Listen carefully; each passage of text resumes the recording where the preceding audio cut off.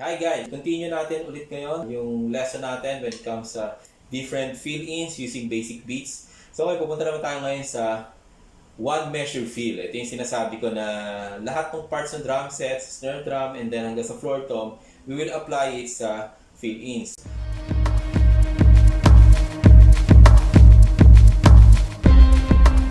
When you say one measure fill, ibig sabihin, i-consume mo yung apat na counting, which is a basic notation.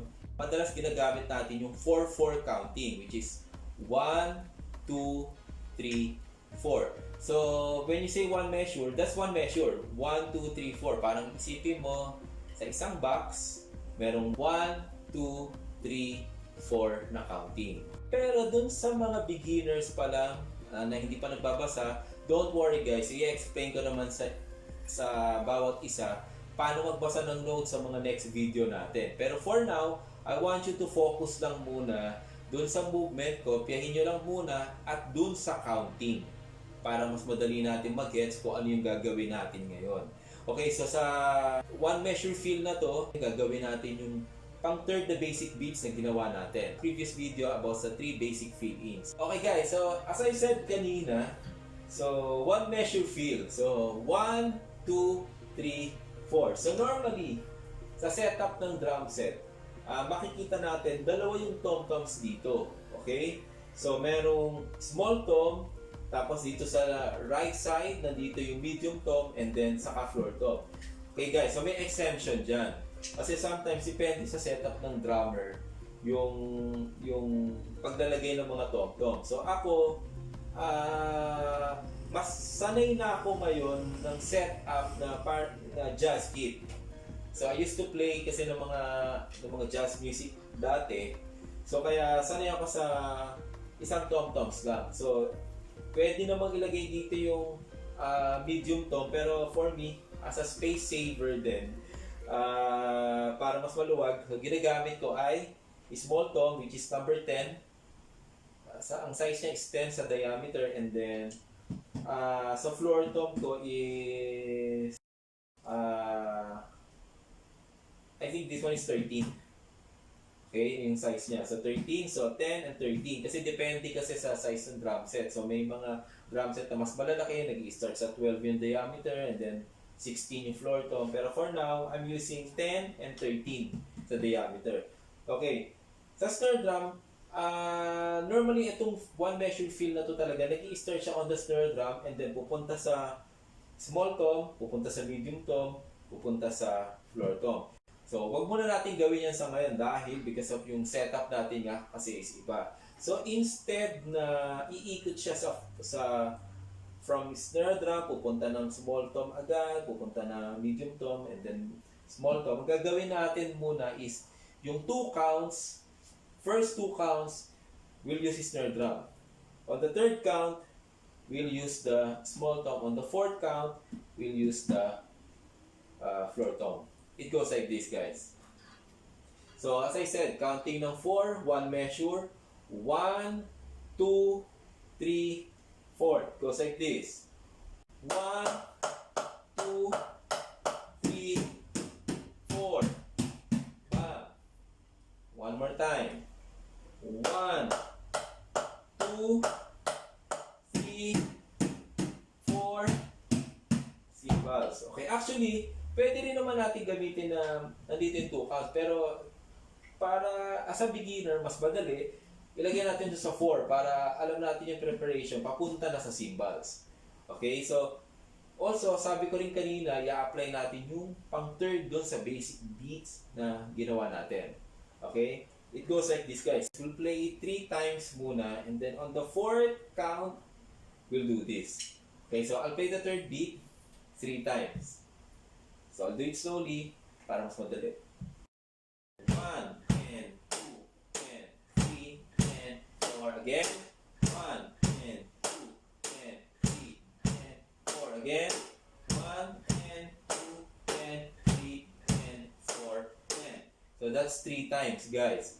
On the 4th measure, on the 4th repeat, of course, dahil nga one measure fill siya, so wala nang beat doon. So anong mangyayari? Instead na mag-play ka pa ng beats doon, ang mangyayari, you go straight on the fill-ins. You start on the snare drum. It goes like this. 1 E and a, 2 E and a, 3 E and a, 4 E and a, cymbals. Or 1, 2, 3, 4, 1, 2, 3, 4, 1, 2, 3, 4, 1, 2, 3, 4, cymbals. Or right, left, right, left, right, left, right, left, right, left, right, left, right, left, right, left, cymbals. Okay, notice you guys, hindi ako nagbibilang ng 1, 2, 3, 4, 5, 6, 7, 8 pag ginagawa ko yung fill-ins.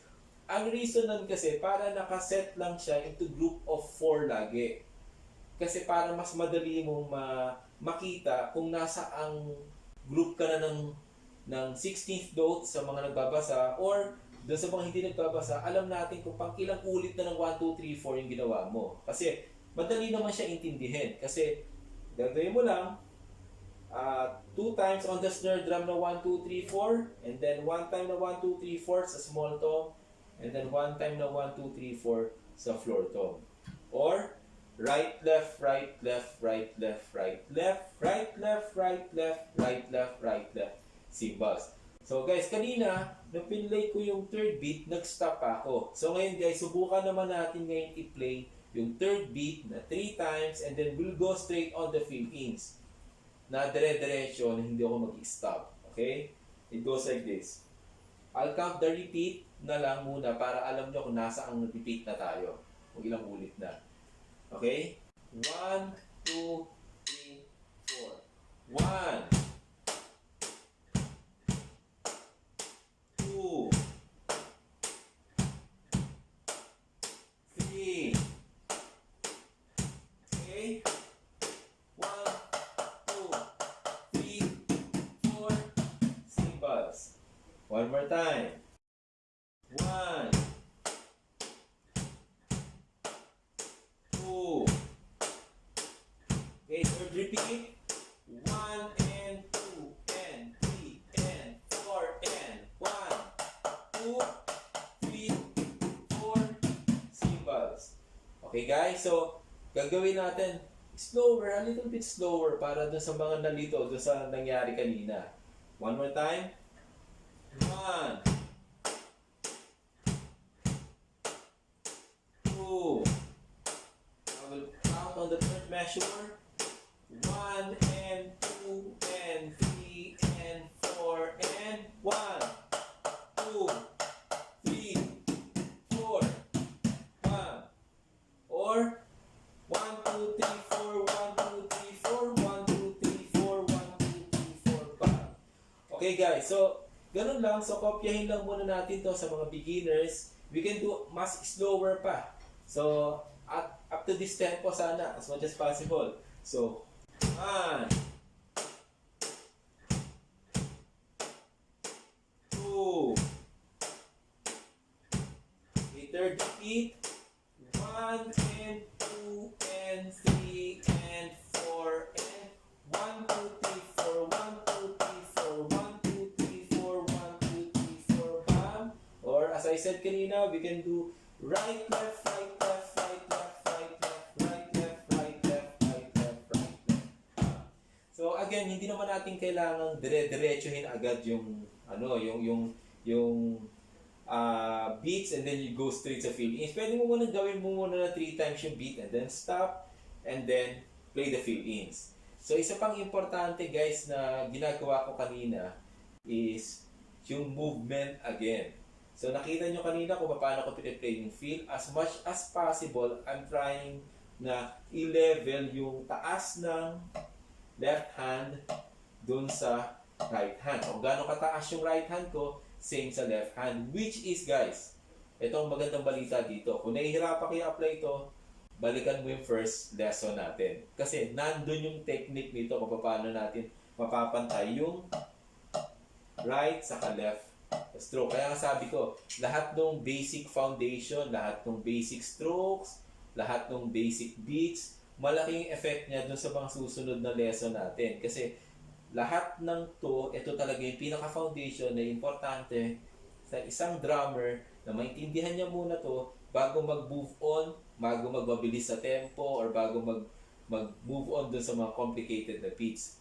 So pag yung foundation dito is hindi natin masyado naiintindihan, may effect siya technically doon sa mga mas mahihirap na beats kung paano natin gagawin. Actually, mas mahirap yon. Okay? Pag kung hindi natin magiging mas solid yung foundation natin dito sa basic na ginagawa natin. Okay guys, susunod na lesson natin, i-demo ko naman kung paano natin ipi-play yung basic beats and then yung basic fill-ins on the ride cymbals. Okay, so abangan nyo yung video natin na yan. Kasi itong next part naman na to, ito na yung masasabi ko na magagamit natin to dun sa mga songs na mga madadali lang, slow songs, moderate tempo songs, yung mga fill-ins and beats na to. Para maintindihan natin ano ba yung nagiging structure niya pagka kumpleto na talaga. So, it's a movement from hi-hat here and then papunta sa ride cymbal. So, yun yung gagawin natin on the next. Okay guys, maraming salamat. So, one more thing pa pala, nakita nyo kanina nung ginagawa ko yung mga fill-ins, hindi ko sinasabayan ng paa. For me, as a teacher ng mga beginner, sa experience ko, I want to really focus yung isang estudyante doon muna sa kamay niya para mas maintindihan niya yung coordination. May time para doon talaga na i-apply mo na yung sa bass drum kasabay ng paa mo. Pero for now, I believe mas importante kasi yung mentally, he or she can control yung strokes. So that's important. And then at the same time, yung mobility on the drum set, I mean yung paggalaw niya, madali niya na makommand. Sabihin, I mean yung galaw ng arm, mas nakaka-move na siya freely on the drum set bago tayo mag-i-introduce ng panibagong part ng independence. Kasi that's independence na although sabay lang yun yung first stroke nun, pero iba kasi yung experience ng mga beginner pag nalilito na.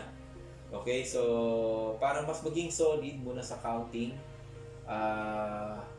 mentally, let's focus muna talaga dun sa slow tempo.